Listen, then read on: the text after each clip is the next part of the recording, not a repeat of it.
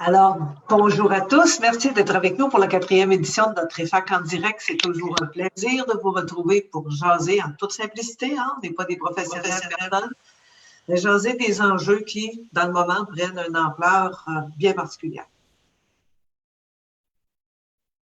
Alors, pendant la prochaine heure, on va parler des meilleures pratiques de gestion en temps de crise principalement. C'est ça qui nous intéresse le plus. Et on va être en compagnie de Cléo Maheu, catalyseur de croissance, qui est bien connue pour plusieurs d'entre nous et je suis certaine qu'elle aura beaucoup de fans ce matin.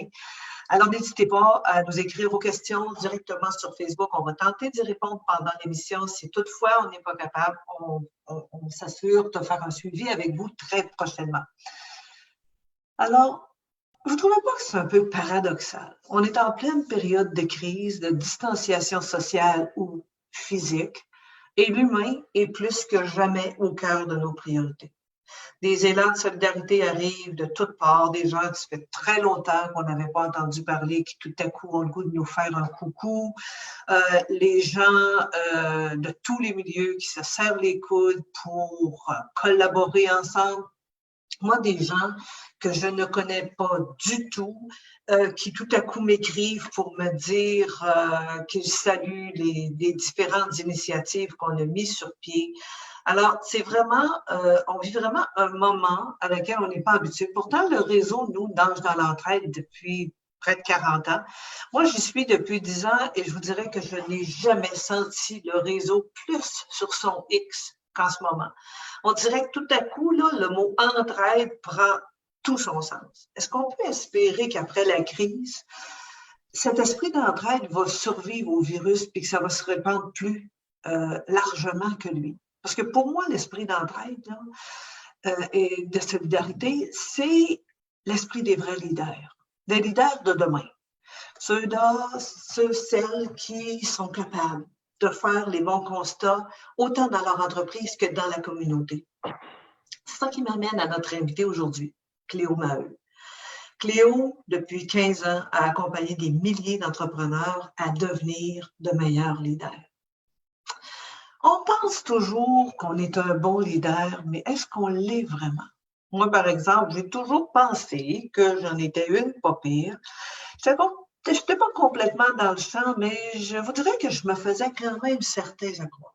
L'an dernier, après un changement de structure, nous, c'était une entreprise qui était privée, qui s'est transformée en organisme à but non lucratif, une planification stratégique s'imposait. Pour moi, là, je peux vous dire que j'avais pas vraiment le goût, pour pas dire vraiment pas le goût, parce que pour moi, c'était synonyme d'une investigation à outrance, puis je me disais qu'en bout de ligne, ce serait probablement un autre beau document qu'on allait classer sur une tablette.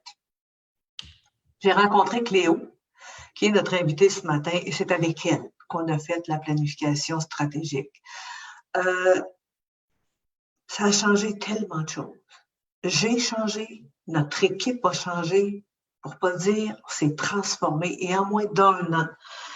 Notre capacité de tout remettre en question nous a permis de faire un virage à 180. Puis aujourd'hui, en entrant dans cette crise qu'on n'avait jamais vu venir, je peux vous confirmer que les stratégies Cléo ont fait la différence dans notre capacité à gérer, à être proactif dans cette période pour le moins de turbulence. Alors Cléo, merci d'avoir accepté notre invitation.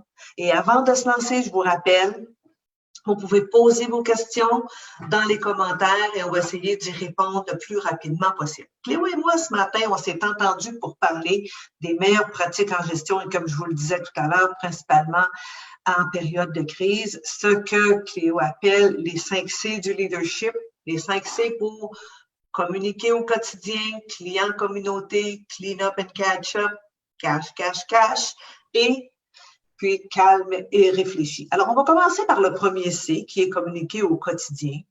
Alors, Cléo, merci d'être avec nous. En temps de crise, Cléo, est-ce qu'on communique de la même façon? Bien, d'abord, merci infiniment, Ruth, pour cette belle introduction-là. Ça me fait chaud au cœur d'entendre que ce que je fais avec cœur depuis des années a de l'impact comme ça. Et c'est pour ça que je suis très heureuse d'être sur ce Facebook Live-là aujourd'hui avec vous. Pour si j'ai des outils, des bonnes pratiques à vous partager, bien, on est là pour ça en temps de crise. Il faut se mobiliser tout le monde ensemble. Et quand on parle de communication, juste faire un petit topo de ce que j'observe. Fait que c'est sûr que des gens qui ont appliqué la fameuse méthode Scaling Up avec laquelle je travaille, Hypercroissance depuis des années, ils vont avoir un rythme de communication où on parle de rythme, routine, rituel. Malgré le confinement, il faut garder ce rythme-là de communication. Si on ne l'a pas, ben, c'est super important d'être capable de le mettre de l'avant. Ce que j'observe, il y a des dirigeants qui vont juste communiquer par email une fois par jour puis ils pensent qu'ils font une bonne communication. Qu'est-ce qu'on est en train de faire, toi puis moi, Ruth? On est en train de se parler live, puis on va avoir les commentaires des gens pour répondre aux besoins réels et savoir comment ils se sentent.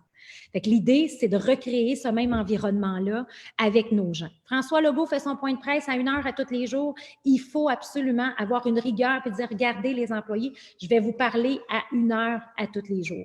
Même chose, si votre entreprise, elle n'est pas dans les services essentiels et que vos gens ont été remerciés, sont à la maison, faites vivre votre culture. Ce que les gens font, ils figent et il n'y a rien qui se passe. Mais les belles initiatives qui sont en train de se passer, c'est de faire des happy hours, le café du matin, créer cette culture-là. Et Ruth, on en a parlé hier, c'est pas juste de faire une communication push, mais c'est vraiment avoir une communication pull pour être capable de tirer de l'information et d'échanger.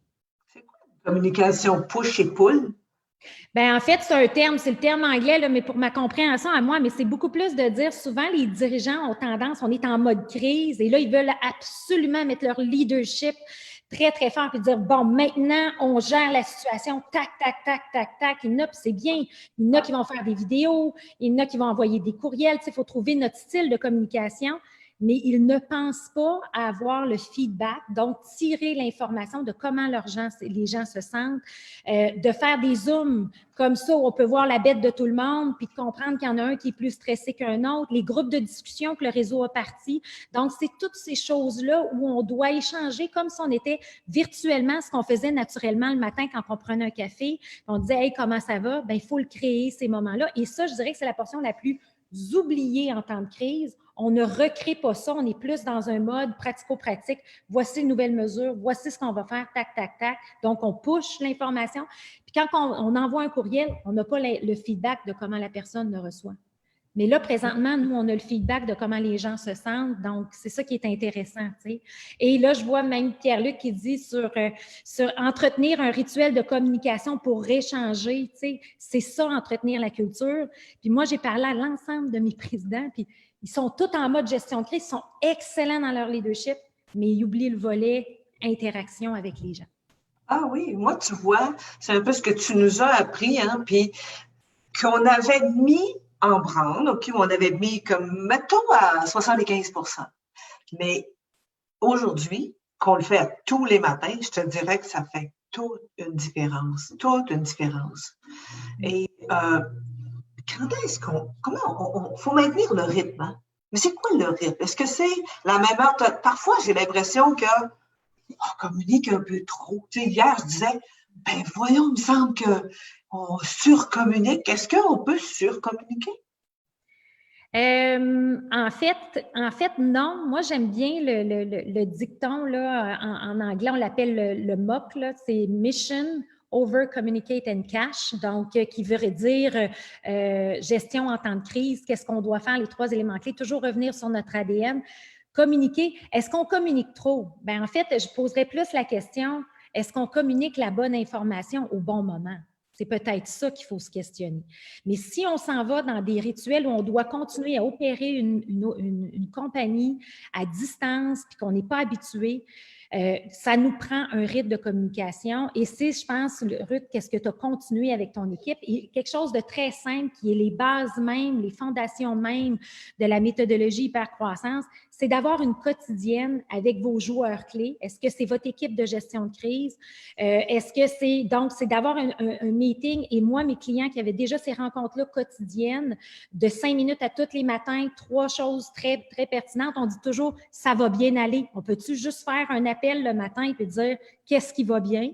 C'est quoi notre priorité du jour et qu'est-ce qui nous empêche d'avancer, c'est quoi les enjeux qu'on a, etc., pour être capable de se synchroniser, se mobiliser dans un 24 heures. Ça, c'est une rencontre quotidienne qu'on devrait faire à tous les jours. Et en temps de crise, il y a même des gens qui le font même 2 fois par jour et qui mettent un volet crise parce que ça change dépendamment des communications que le GO va faire.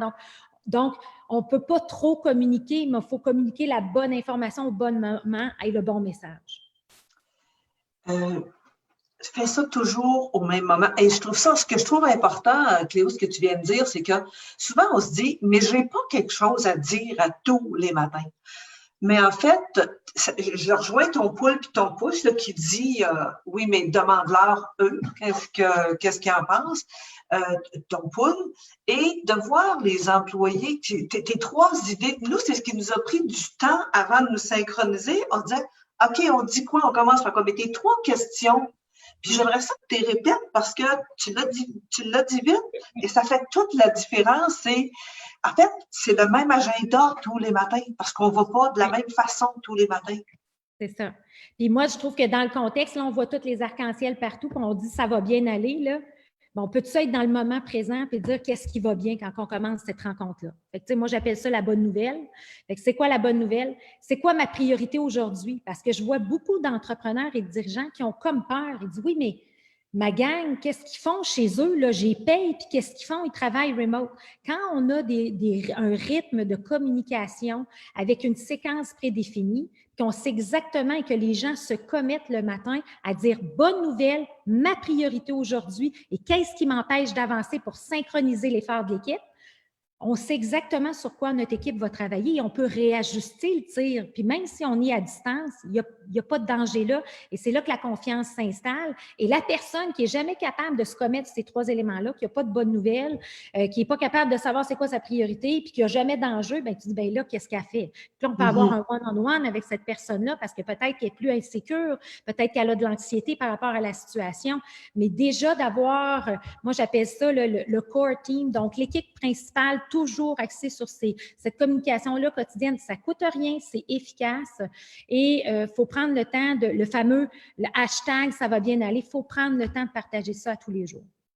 Il y a un commentaire que je vois passer de Cléo Caron que je trouvais intéressant. Elle dit « Les leaders se mettent beaucoup de pression à avoir toutes les réponses. Les réponses se trouvent où? » Bien, les réponses se trouvent dans l'équipe, exactement. Ben oui. Si on fait parler l'équipe ensemble, c'est là que ça va enlever. Puis ça, je l'ai vu beaucoup aussi. C'est comme, je parlais avec un client hier, puis il disait, Cléo, je ne sais pas quoi communiquer. Il dit, je tire après mon monde pour qu'on communique. Mais si vous faites un Zoom comme ça, puis vous avez des petits groupes de discussion, peut-être par secteur ou tout ça, que les gens peuvent s'exprimer, vous allez les trouver, les conversations. Puis il ne faut pas se sentir isolé. Fait que si on ne sait pas quoi communiquer, on dit je ne sais pas qu'est-ce qui se passe, je ne sais pas quoi communiquer, je ne sais pas quoi faire. Puis c'est correct. Mais là, au moins, on embarque dans le fameux mot que tu as dit au début, Ruth, c'est l'entraide. C'est ça qui est le plus important en ce moment. As-tu un outil en particulier qu'on privilégie ou… Bien, en fait, dans ce fameux livre-là, il y a toute la séquence des meilleures pratiques de dire, bien, une équipe de direction, quel devrait être son rythme de communication. Aujourd'hui, je vous parle de la quotidienne parce qu'on est en temps de crise, il faut se parler régulièrement, mais il y a les hebdos, les mensuels, tout ça. Si ça vous intéresse, je pourrais vous fournir un outil en une page que j'ai fait qui résume tout ce que je viens de vous dire, là, qu'il n'y a pas de problème. Est-ce que je vois, on a déjà quand même, ça va, on dit 1 heure, c'est long, hein, mais je veux dire, je trouve que ça a l'air de défiler, là. Alors, si on passe au 2e, client, communauté, qui pour nous égale entraide. Oui. C'est pas facile quand on ne sait pas ce que demain nous réserve. Hein? On est dans une période d'incertitude. Tu sais, on s'était tous mis dans la tête là, que tout ça allait finir le 13 avril. Là. Puis je pense que on s'était tous un petit peu fait une belle histoire. Là. comment j'agis avec mes clients? Tu sais, on n'est pas tous à la même place. Hein. Je veux dire, on est dans des situations qui sont précaires, pas faciles souvent. Comment j'agis avec mes clients? Qu'est-ce que je fais? Oui, ça c'est bon, puis c'est drôle parce qu'on a eu la même question. Il y a Nadine Ménard qui nous a écrit sur Facebook. Oui, on communique avec l'équipe, mais comment on communique, comment adapter cette communication-là avec nos clients? Puis oui, c'est une excellente question. Puis souvent, il y a des relations aussi qui nous doivent de l'argent, on ne se le cachera pas, là, tu sais, puis on ne sait pas trop comment l'apporter. La meilleure pratique que je vois, puis moi, ce que j'ai recommandé, c'est de dire, majoritairement, dans toute votre panoplie de clients, il y a la loi du 80-20. C'est-à-dire qu'il y a probablement 20 de vos clients qui vous rapportent 80 de vos revenus. OK? Fait qu'est-ce qu'on peut identifier? Puis moi, je dis toujours, on peut-tu identifier ces top 20 clients-là qui sont des clients fondamentaux pour nous, des clients core que j'appelle, tu sais, des clients cibles. Puis c'est cette liste-là de 20 clients qu'il ne faut absolument pas lâcher et avoir une communication au minimum hebdomadaire avec eux. Et dire, bien, comment ça va, comment ça se passe, et prendre le téléphone. C'est pas un texto, puis c'est pas un courriel qui va faire en sorte que la personne va se sentir impliquée ou écoutée. Fait que c'est votre avantage. Il n'y a pas le plus bel avantage, c'est de communiquer. Pas la base de 200 clients, mais peut-être les top 20 que vous savez, lorsque vous allez sortir de cette crise-là, c'est avec eux que vous allez bâtir le futur. Votre relation est bonne, bien, on la maintient, cette relation-là. Puis moi, je dis sur une base hebdomadaire, avoir un touch point avec ces bons clients-là. Phrase magique, là. Comment je peux t'aider? Ouais. Elle va dans les deux sens. Hein? Moi, je trouve que c'est la question dépanneur dans tellement de situations. Et d'abord, je trouve que tu désarçonnes les gens un peu parce qu'ils ne sont pas habitués de se le faire demander, puis la réaction est drôlement positive. Fait que des fois, quand les gens disent, mais je ne sais pas quoi dire, juste offrir ton aide, un petit mot, un petit... Oui. Puis moi, je l'ai fait, tu sais, je savais que j'avais des clients, tu sais, parce que moi, je suis moins dans leur quotidien, puis je voulais pas les déranger, mais en même temps, je disais, je peux-tu te parler 5 minutes? Puis tu sais, oui, Cléo, hey, comment ça va? Puis finalement, je me suis rendu compte que je pouvais les aider. On a fait des Zooms ensemble. J'ai dit, oui, je vais parler à ta directrice des opérations. Fait que souvent, ça peut nous surprendre. Peut-être un point qu'on peut parler que tout le monde vit, c'est quand on attend des comptes à recevoir de ces clients-là, qu'est-ce qu'on fait? Parce que, oui, je peux t'aider, mais au moins, si on offre notre aide après, dire comment va la situation, on peut être transparent aussi puis dire, regarde, je t'ai envoyé une dernière facture pour les 3 derniers mois, comment ça va de ton côté? Tu penses-tu? Et je pense, l'État, c'est que si les services sont rendus, il faut l'envoyer, cette facture-là, mais c'est humain de dire, regarde, je sais qu'on vit tous des situations difficiles. Est-ce qu'il y a des ententes qu'on peut prendre? Qu'est-ce qui te conviendrait, toi? Mais c'est mieux ça que de l'envoyer puis d'espérer qu'il nous paie puis qu'on n'a pas de visibilité sur les projections de comptes à recevoir, quand on va les recevoir, etc. Fait que vraiment prendre le téléphone puis pas avoir peur de leur parler. Tu attendrais quoi comme réponse? Parce que, tu sais, on a beaucoup d'entreprises qui sont dans des situations difficiles. Puis c'est vrai que l'envoyer avec rien, tu fais juste te croiser les doigts, mais tu as besoin d'avoir cette conversation-là avec tes clients. Et là, il dit qu'il n'est pas capable de te payer, mais toi, tu en as vraiment besoin. Tu pousses ta conversation jusqu'où? Parce que cette question-là, Cléo, là, elle nous est demandé beaucoup. Allez-vous en parler? Oui. Parce que, tu sais, nos clients, puis je veux juste te faire un petit entre-deux, j'entendais dans une émission de radio cette semaine un animateur qui disait, vous savez, tout est permis. J'ai des clients, on dirait que toutes les règles sont redéfinies. Je t'ai fabriqué X milliers de pièces d'un job, mais est arrivée cette circonstance, je suis à livrer, mais là, tout à coup, le client n'en veut plus parce qu'il n'y a plus de moyen de payer. Je fais quoi? Ouais. Je dis quoi? Bien, tu sais, c'est du cas par cas. Tu sais, tu sais, chaque situation est différente, mais tout revient à la relation qu'on a. Tu sais, puis on est dans. Puis là, quand je dis le deuxième, client plus communauté égale entraide, là, en termes de leadership, on est dans un esprit d'entraide. Fait que, tu sais, je me dis, bien, si on a entretenu une bonne relation de confiance avec nos clients critiques, ben, c'est d'avoir cette discussion-là humaine de compréhension puis d'entraide, puis d'arriver à un consensus où les deux sont win win-win et non pas perdant-perdant. Mais c'est d'être capable de dire les vraies affaires puis d'être transparent. Est-ce qu'on va gagner tout notre cas? Non, en situation de crise, c'est sûr qu'il y en a qui vont réagir différemment, mais peut-être que ce ne sera pas vos clients cibles de demain, puis on va tous apprendre et grandir là-dedans. Alors, est-ce que tu suggères d'être complètement authentique dans cette conversation? Bien, tout à fait. Je veux dire, tout le monde vit la même chose. On est dans une... Qui aurait pensé être tous les humains de la planète vivre cette même situation-là en même temps? Il n'y a personne qui pouvait la prédire, à part Bill Gates qui a fait un TED Talk en 2015, mais sinon, il n'y a pas personne qui le sait, fait qu'il faut grandir là-dedans. Mais moi, j'ai l'approche d'entraide, tu sais, puis présentement, même moi, dans ma pratique, au mois de mars, j'avais 20 jours d'exécution, ça s'est résumé à 2 jours, j'avais plein de retraites stratégiques, ça fait mal au portefeuille, mais en même temps, mon mois d'avril, je me suis dit, regarde, je vais donner. Qu'est-ce que je peux faire présentement? Je vais donner, puis un jour, ça va me revenir, puis j'ai confiance en la vie, puis j'ai confiance, puis si je suis là, puis je parle vraiment de ma mission, de ma raison d'être, qui est d'inspirer, puis d'être complice de votre succès futur, bien, j'ai confiance. Mais la période est difficile pour tout le monde. Fait que, tu sais, je veux dire, on peut pas... fait que là, c'est là que je reviens vraiment aux bases, aux valeurs, à notre ADN, mais je m'empêche pas de prendre le téléphone puis de prendre des arrangements financiers pour savoir ma situation telle qu'elle est, puis c'est quoi qui m'attend. Oui, un n'empêche pas l'autre. Tu sais, nous, on se demandait dans telles circonstances, c'est quoi notre rôle avec la communauté? Tu sais, nous, on est un réseau qui vit d'adhésion de ses membres et tout ça.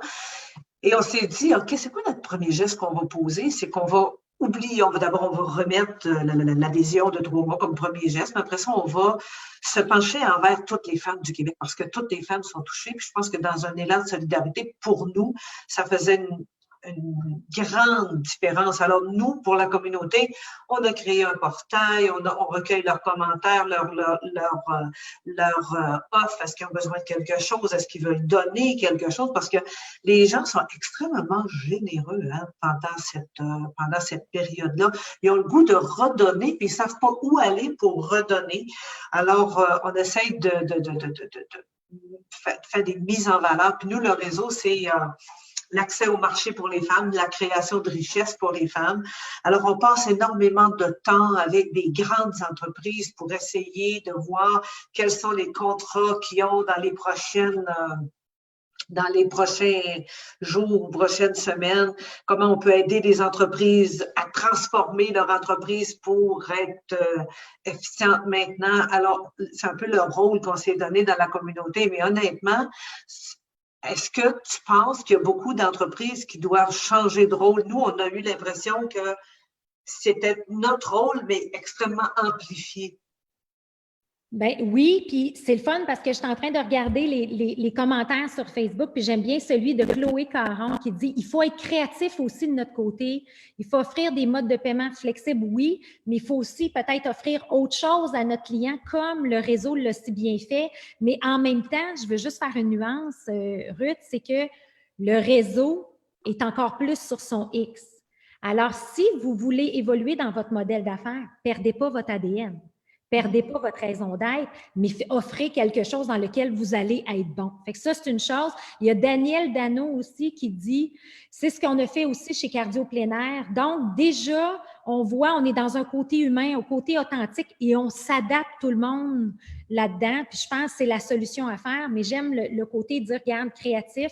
Y a-tu, comme moi, je n'avais jamais fait de Facebook Live, mais comment je peux donner de mon temps, comment je peux avoir un plus grand impact? Bien, c'est ce qu'on est en train de faire, toi et moi. Puis on le fait pour la communauté, on le fait pour les entrepreneurs. Bien, tant mieux, allons-y. Fait que c'est d'être créatif aussi dans tous ces temps-là. Puis le meilleur est à venir. On peut juste se souhaiter ça, mais en même temps, communauté, entraide, clients et aussi, juste un petit point avant de passer à l'autre. Quand on parle de communauté, là, ce que je trouve génial, c'est que là, on a 102 participants en direct. On a plein de commentaires. Puis c'est ça qu'on veut aussi, c'est qu'on veut que les gens, dans les communautés comme ça, nous demandent ou nous donnent le feedback pour qu'on soit capable de s'adapter, de s'ajuster. Bien, c'est le même principe avec nos clients, c'est le même principe avec nos partenaires, même principe avec nos employés. Il faut répliquer ce mouvement-là d'entraide un peu partout et utiliser des plateformes qu'on n'est pas juste en push. Un email à l'heure d'aujourd'hui, ça ne marche plus, il faut se voir, il faut faut échanger, il faut se parler.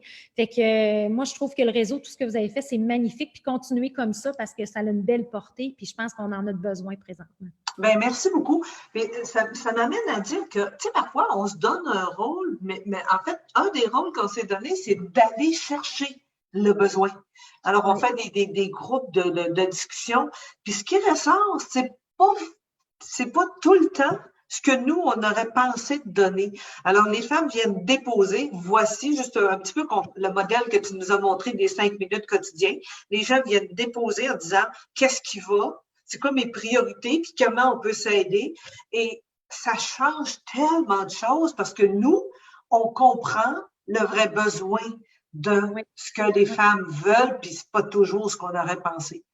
Oui. Alors, encore une fois, merci beaucoup. Est-ce qu'on passe à la troisième? Oui, parce que j'ai vu des choses, des commentaires, et les gens disaient comment on prépare le après. Clean up and catch up. Tu sais, là, quand on veut voir, moi, c'est sûr que je dis tout le temps, j'ai le bonheur facile, puis j'essaie tout le temps de voir le positif de chaque chose, là. Mais dans ça, clean up and catch up, je vais commencer par quelque chose qui est délicat. On avait souvent des pensées ou des actions qu'on voulait poser, qu'on n'a jamais osé poser. Et là, en temps de clean up and catch up, là, comment je mets ça en application? Oui. Parce que c'est ça, les gens se demandent, tu sais, c'est quoi le après, là? Ben moi, je dis, regardez le pendant, là. Puis, une fois que la situation de crise, elle est gérée, là, ben il y a plein de choses que vous vouliez faire. On fait le fameux transformation 4.0. On voulait, mettre des technologies de l'avant. Bien là, on est forcé de le faire, tant mieux. Mais c'est super important de prendre l'ensemble de ces processus-là pour mettre des bases solides parce qu'on peut se préparer un beau rebond. Fait que la façon de structurer ça, moi, la façon que je le fais avec les ateliers que j'ai toutes transformés, moi aussi, virtuellement avec mes clients, c'est qu'on est revenu sur les fondements de l'organisation. C'est-à-dire que juste revenir à la base, c'est quoi nos forces, nos faiblesses, le avant-après COVID, OK? Parce qu'il y a une réalité. Avant, on pouvait être bien bon là-dedans, mais on se rend compte. Fait que, tu sais, si on est juste capable de faire un exercice force-faiblesse avant-après COVID, et d'être capable de dire, OK, bien, garde, ça, c'est notre nouvelle réalité, hein, le fameux, tu sais, le new normal, tout le monde parle de ça, bien, c'est notre nouvelle réalité. C'est quoi nos forces, nos faiblesses? Dépendamment des faiblesses versus vers où on veut s'en aller, puis c'est quoi notre modèle d'affaires, nos fondements d'entreprise, bien, quelles sont les actions que je dois mettre en place? Est-ce que je dois développer des nouvelles compétences, d'être habile sur les plateformes comme ça technologiques? Est-ce que je dois automatiser certains processus parce que je ne peux pas être en contact de la même façon avec l'humain? Est-ce que je dois faire un virage vert que je voulais faire depuis des années parce que là, la planète a de l'oxygène à respirer? Fait que c'est sûr qu'il faut tenir compte force, faiblesse avant, après, et il faut tenir compte des tendances actuelles, de dire que là, les choses ne seront plus comme elles sont, c'est la nouvelle réalité, et de là, on planifie peut-être 3-4 grandes initiatives qu'on peut faire maintenant pour nous préparer au rebond, pour avoir une position encore plus favorable. Il y a quelque chose que je remarque, moi. On a un avant, un après, là, mais on a un pendant, hein? Puis le pendant, là, on dirait, en tout cas, moi, souvent, je me sens en période, tu sais, ce que tu voulais faire avant, là, tu dis qu'il est encore pertinent. Puis là, tu as l'urgence du moment. Puis là, tout à coup, tu regardes ton agenda, puis tout ce qui était en planification du avant, là, on dirait que tu es porté à tout. J'ai de la misère à faire la différence entre le avant, le après, le pendant. Là. Où est-ce qu'est mon lien entre les deux, là?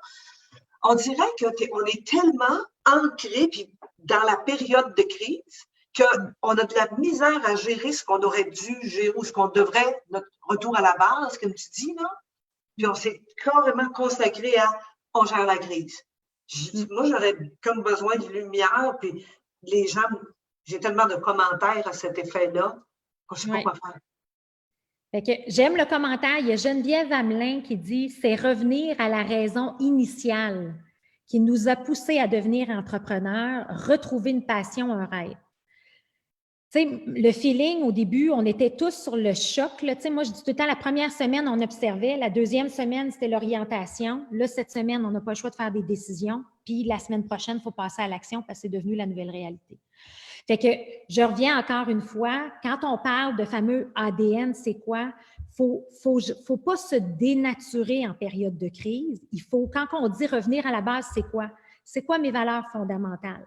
Quels sont les comportements qui me font vibrer, que je valorise? Bien, justement, dans Clean Up et Catch Up, vous allez probablement voir même des gens dans votre équipe qui ne fitent pas parce qu'en situation de crise, ils pensent « me, myself and I », puis le mot « entraide » n'est pas là, mais vous, ça fait partie d'une de vos valeurs, la générosité, l'entraide. Fait que, tu sais, c'est aussi de faire un ménage au niveau des gens qui nous entourent. Première chose, avec nos valeurs, parce qu'on va voir la vraie réalité des gens, on est en situation de crise. Deuxième élément, c'est quelle est ma raison d'être, la fameuse mission qu'on appelle. Moi, j'aime mieux utiliser le mot raison d'être. Et s'il y a un livre que vous devez lire, là, c'est The Infinite Game de Simon Sinek. Le gars qui a écrit Start with Why, son dernier livre, il dit qu'il faut avoir un esprit infini. Et là, il fait plein de vidéos parce que c'est en plein le mindset qu'il faut avoir. Donc, le mindset de dire, voici pourquoi j'ai créé mon entreprise, comme Geneviève le dit. Ça, je l'ai créé parce que moi, mon entreprise, c'est de faire une différence dans la vie des gens. Bien là, il faut s'adapter à la nouvelle réalité de comment je fais une différence, mais on s'entend que ce ne sera pas faire la différence comme on le faisait avec 18 cocktails puis du réseautage. Tout change, évolue, mais en même temps, c'est ça qui est le fun, c'est d'être créatif et de prendre ces opportunités-là pour se réinventer, mais toujours avec les fondements. Valeurs fondamentales, raison d'être, c'est quoi nos forces, nos compétences fondamentales, les adapter à la nouvelle réalité et planifier le après pour faire un rebond extraordinaire et avoir du succès dans cette nouvelle aventure-là. Clean up. Exact.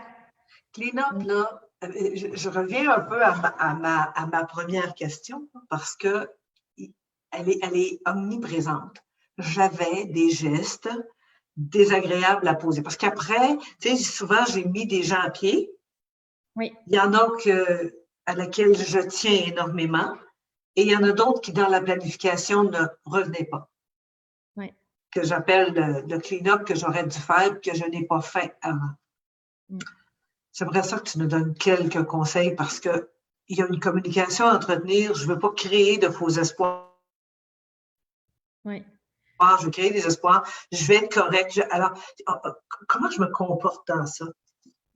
En fait, les entrepreneurs, c'est drôle, hein? Parce que moi, j'ai vu deux types d'entrepreneurs en situation de crise. Ceux qui, tout de suite, là, mesurent, OK, on coupe tout, on bang, bang, bang, bang, bang, bang, bang, on se met safe, tout ça. Puis tu as l'autre type d'entrepreneur qui dit je peux pas faire ça, mes employés, je les aime, j'ai bâti tout ça. Puis là, il y a là comme l'émotionnel qui embarque. Ça prend un équilibre entre les deux, OK? Ça prend vraiment un équilibre entre les deux. Et quand on dit, tantôt, on disait l'importance du clean-up, catch-up, c'est de revenir à nos valeurs, nos fondements de base. Bien, c'est sûr qu'il y a des joueurs qui ne fonctionneront peut-être plus dans cette nouvelle réalité-là, qui étaient déjà, ils nous drainaient déjà ces gens-là vers le bas, que moi j'appelle des A toxiques des fois, qui peuvent être hyper performants, mais c'est donc dur à gérer. Bien là, on n'a pas le choix d'aller de l'avant. Fait que la meilleure façon de faire ça, c'est la priorité, puis je dis tout le temps, tu sais, c'est pas un CEO, c'est un CPO, un Chief People Officer et un Chief Profit Officer. Fait que dans ma tête, à moi, un dirigeant, un bon leader, il faut qu'il assure la pérennité de l'entreprise avec une bonne gestion du cash, mais en même temps, il faut qu'il soit super fort au niveau de ses gens, ses employés, puis qu'il en prenne soin. Et j'ai bien aimé la phrase de Marc Dutil qui dit « Ceux qui vont survivre » dans son live la semaine passée, ceux qui vont survivre, ça va être ceux qui vont avoir bien pris soin de leurs gens, puis les gens vont s'en rappeler. Fait que oui, ça, c'est la phase numéro 1, mais il y a des gens qui ne fitent pas dans notre culture et ça, il ne faut pas les tolérer parce qu'ils coûtent à l'organisation et on n'est pas capable d'avoir la notion d'équilibre entre la profitabilité, les liquidités et d'avoir le bon monde dans l'équipe. Et si on avait des employés qui avaient une forte réticence au changement écrit dans le front avant, imagine après. Parce que... C'est ça. C'est ça. Fait que, tu sais, je vous cacherai pas que j'ai certains clients qui ont toutes fait, il y avait à cœur l'ensemble de leurs employés. Puis, ils ont tout fait en leur possible, mais ils ont remercié 4-5 personnes qui étaient qui ne fitaient pas, qui étaient des gens toxiques, qui à toutes les fois qu'ils intervenaient, ces personnes-là, c'était pour faire plus de dommages que de bénéfices à l'équipe. Bien, c'est le temps de faire du ménage aussi. Là. Tu sais, tu peux pas, comme entrepreneur, tu ne peux pas avoir la plus belle opportunité de dire « j'ai des décisions à prendre ». Voici, puis ça se fait humainement aussi, tu sais, dans le respect. Alors, au moins, on peut voir un bon petit côté de la chose parce que les entrepreneurs, c'est vrai, hein, souvent, on a tendance à vouloir prendre la décision, mais à rester sur le vouloir alors que ce n'est pas tellement un geste, un verbe d'action. Hein. Et puis, je rajouterais à ça, tu sais, la tolérance que les entrepreneurs ont pour ne pas vouloir prendre cette action-là nuit plus à l'organisation que de prendre action, puis que les joueurs A, qui sont vos superstars, qui présentement doivent pallier à l'incompétence de certaines personnes qui ne font pas leur job, bien, c'est ça qu'on veut éviter. Fait que quand on fait le ménage, bien, nécessairement, ces gens-là sont comme contents, ils ont peu à traîner de la patte, puis on est dans une super belle opportunité pour le après-COVID, on va repartir sur des bonnes bases, on repart sur nos valeurs, on a le bon monde qui nous entoure, et là, c'est là qu'il y a un vent de fraîcheur, il y a un vent positif. Merci beaucoup. Je pense que tu viens de donner une bouffée d'air à beaucoup de participants en ligne parce que c'est des mots qu'on a besoin d'entendre souvent. Et l'autre mot qui est moins, tes trois petits mots qui sont intéressants mais souvent plus difficiles, c'est ainsi cash, cash, cash. Oui. Comment je gère mes finances? C'est ainsi, je fais quoi?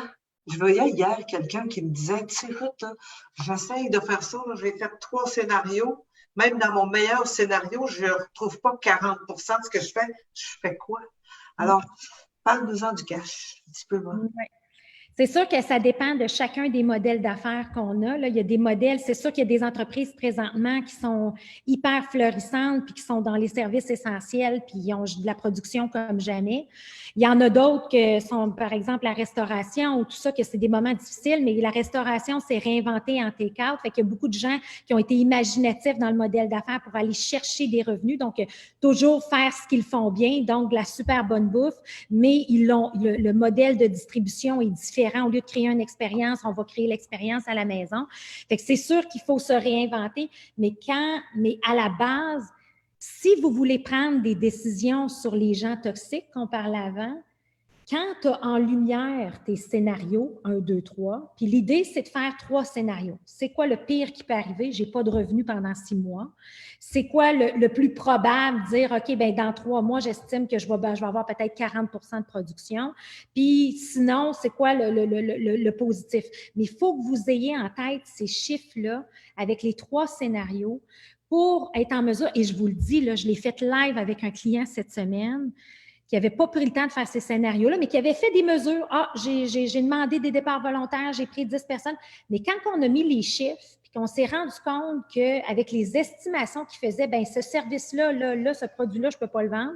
Puis que là, ça l'a popé au visage, 50 de moins de revenus dans les 3 prochains mois. C'était le scénario plus probable. Bien, je peux-tu vous dire que là, l'équipe, elle s'est revirée de bord et elle a dit, OK, là, je parle à mes clients, mon top 20. Là, on va parler aux employés. Là, on va prendre des mesures. Fait qu'il faut se donner cette visibilité-là, prendre le temps de faire les stress tests qu'ils appellent là, vraiment ces scénarios-là pour être en mesure de prendre les bonnes décisions au niveau des employés. Tu sais, si tu te rends compte que tu perds 70 comme tu disais, de tes revenus, ben garde pas 70 personnes. Tu sais, si tu as 70, fait que là, il faut peut-être que tu sois en conséquent ou réinvente-toi. Là, c'est l'opportunité de monstre de dire, si tu voulais faire ta vente de e-commerce, de vente de commerce en ligne, ben c'est peut-être tu te donnes un mois, tu le fais, puis tu es capable de vendre en ligne ce que tu faisais dans ta boutique. Tu sais, ça, on le voit, là. Fait qu'il y a des transformations de modèles d'affaires pour y arriver. Reste que c'est quand même ton élément le plus important. Oui. Et nous, ce qu'on entend, c'est criant. On voit à quel point il y a des entreprises qui ne survivront pas. les gens, comment je m'adapte à cette réalité-là? Tu sais, je veux le faire, le geste, là. Mais tu sais, moi, j'ai des entrepreneurs qui me téléphonent et qui sont en larmes, là, ils viennent de congédier tout le monde, mais demain matin, là, la job continue, tu sais, la job continue, puis tu es aux prises avec j'ai plus d'employés, mais je dois opérer, tu sais, je dirais que c'est difficile. Et là, tu sais, je veux dire, tes banques disent qu'elles sont conciliantes, mais tes réponses ne viennent pas. Alors, t'as beau dire cash, cash, cash, là, mais tu sais plus par où le faire rentrer, tu sais plus quoi faire pour être capable de bien gérer la situation. Oui. Ben c'est ça. Mais tu sais, en fait, là c'est là qu'on a hâte d'avoir les aides financières puis les clartés sur les subventions puis tout ça. Là, tu sais, au moins le gouvernement avec son fameux 75 ça peut, on va espérer que ça nous aide. Mais tu sais, j'ai Diane ici, Diotte, qui dit ne pas oublier de demander l'aide de vos fournisseurs aussi pour alléger vos finances. Fait que tu sais, tantôt on disait, on va aller d'un point de vue client, mais j'aime le commentaire de Diane que oui, ça se fait très bien, aller avec nos partenaires d'affaires puis prendre des ententes pour alléger les paiements aussi pour ça et d'entretenir des bonnes relations. Puis si tu n'es pas capable d'avoir aucun revenu dans ton modèle actuel, comme j'ai une amie qui a une clinique dentaire, bien, elle est fermée, mais elle doit répondre aux urgences, puis elle n'est pas payée parce qu'elle fait par téléphone. Puis ça fait partie de son ordre professionnel, puis c'est comme ça. Ma cousine qui est optométriste, la même chose.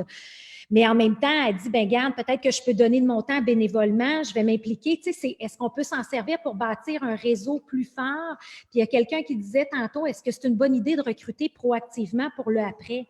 Ben oui, pourquoi vous ne développez pas des nouvelles relations, un nouveau network? Peut-être que le cash n'est pas là tout de suite, mais peut-être qu'il y a des alliances stratégiques qui peuvent arriver pour partir encore plus fort. Mais nécessairement, la décision des employés, c'est sûr que c'est choquant, mais j'espère que les subventions qui arrivent du gouvernement vont pouvoir vous aider à garder du moins vos employés clés qui ont vos valeurs. Ça, je vous le souhaite. Et moi, là, je suis le leader, comme tout entrepreneur. Je veux prendre soin de mes troupes. Je me comporte comment? Je fais quoi en premier? OK, je veux m'assurer que mes troupes vont bien, là. C'est quoi les principaux gestes que je pose pour m'aider à prendre les bonnes décisions, à agir de la bonne façon? En fait, ça m'amène au prochain point. Tu sais, quand on dit calme et réfléchi, là, respirer, là, je pense que le premier rôle du leader, c'est d'être un leader inspirant. Puis ça, je l'avais partagé quand j'étais avec Apiculture, c'est vraiment le mode écoute. Fait que, tu sais, le leader, là, quand on parlait, notre première question, on dit communiquer, puis être en mode push, puis on vous donne l'information. Les gens ont besoin d'extérioriser, ils ont besoin de parler, ils ont besoin de se sentir écoutés. Fait que moi, je dirais la première chose comme leader, c'est vraiment d'être à la bonne place mentalement. Et pour ça, ça vous prend vos propres rituels à vous. Est-ce que c'est de l'entraînement, de la méditation? Quelle est votre routine personnelle à vous? Ça, c'est super, super important pour après avoir les trucs de communiquer. Mais les trucs de communiquer, c'est de créer cette culture-là, de créer des rituels en termes de on peut-tu faire un happy hour tout le monde ensemble? Tu sais, on peut-tu à un certain moment donné enlever cette pression-là et avoir du plaisir même si c'est virtuel? Ça, c'est des super trucs qui ont marché. J'ai mon conjoint qui a l'entreprise Damotech. Il est arrivé avec des coupures, des mesures très, très sévères. Puis il a dit vendredi, on fait un happy hour. Bien, l'ensemble de ses employés ont tous mis leur gilet orange de quand ils ont été au Mexique, quand ils ont surpassé les attentes pour dire merci, Éric. Puis dire merci pour ton leadership. Mais là, il y a eu une espèce de banding. Les gens ont parlé. C'était supposé durer 2 heures. Ça a duré 3 heures. Fait que, tu sais, quand on dit que tu es un leader, tu te dois de le faire. Et là, je vois Daniel Dano qui dit mettre son masque oxygène en premier. L'as lu ton livre? Oui. Oui, en fait, c'est sûr que moi, je vous recommande ça et j'ai une belle promotion là, que j'ai mise sur mon site web. Donc, la version Kindle est à 99 cents. Je ne pouvais pas la mettre à 0 sur Amazon.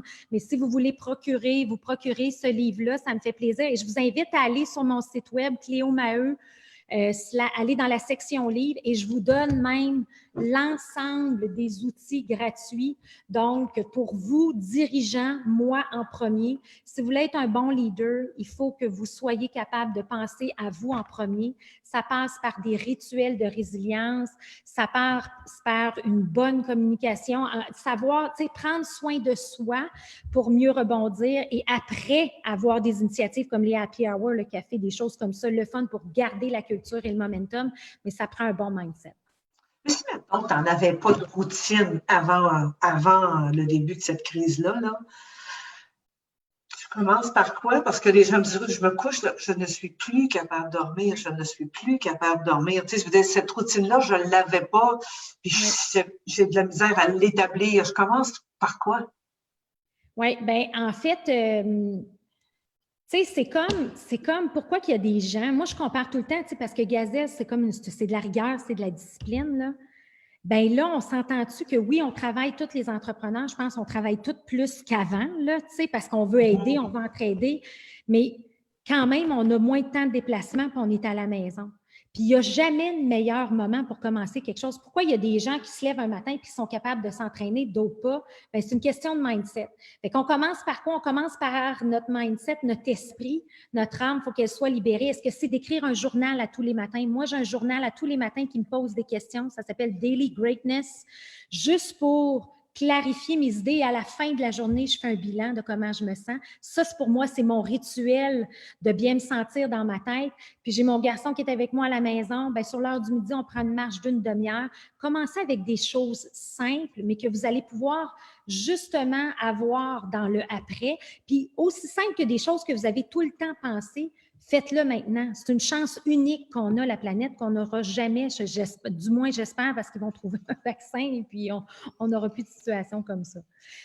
Daniel dit 100 heures semaine. Tu sais, c'est ça, oui, les gens, c'est fou comment les gens... Mais elle dit, je fais le Miracle Morning. Exactement. Tu sais, si vous lisez là, toutes les littératures ou ce qui est écrit dans ce livre-là, c'est de trouver votre propre rituel à vous. Mais je ne peux pas croire que sur 100 heures semaine, vous ne survivrez pas à cette crise-là si vous n'êtes pas capable de prendre une demi-heure par jour pour prendre l'air, prendre soin de votre esprit et de votre âme. C'est important parce que ce qu'on dit souvent, c'est qu'on travaille énormément, puis je pense que chaque entrepreneur n'a pas peur du travail, là, mais c'est que la différence, c'est qu'à tous les matins, on se lève pour faire pas nécessairement ce qu'on faisait habituellement. Alors, notre routine est complètement chamboulée. Je me croisais les bras d'une façon, là, mais là, chaque matin, je me les croise de l'autre façon et c'est très inconfortable. Alors, c'est sûr que ton idée de routine, c'est ultra intéressant. Puis très aidant. Cléo, toi, tu as la méthode hypercroissance, OK, ce qu'on a fait, puis tu as lancé ça dernièrement, puis je ne sais pas, je ne vois pas, moi, combien il y a de personnes qui sont en ligne, mais je me demandais si tu avais le goût qu'on fasse en Zoom privé peut-être une espèce d'atelier, parce que c'est tellement aidant. Alors, si tu es d'accord, on pourrait inviter les gens et lancer une invitation à une date donnée, peut-être pas la semaine prochaine, dans l'autre, mais où est-ce qu'on pourrait aller plus en profondeur avec tes techniques, parce que je pense que ça pourrait aider énormément de personnes qui en ont besoin dans le moment. Oui.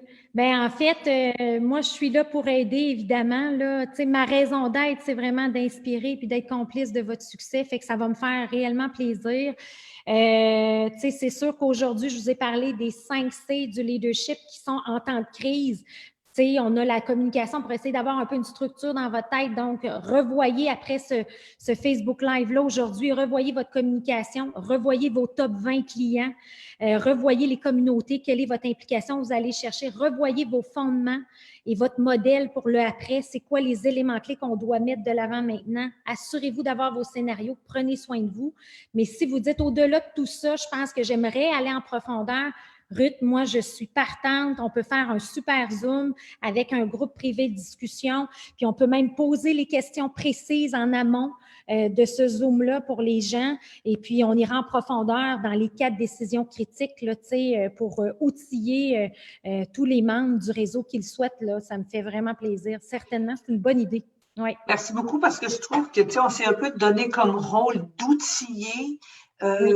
régulièrement les femmes sur différents enjeux, puis je vois passer les messages, les questions, puis je pense que ça pourrait répondre à un enjeu important pour beaucoup d'entre nous, d'avoir comment s'organiser.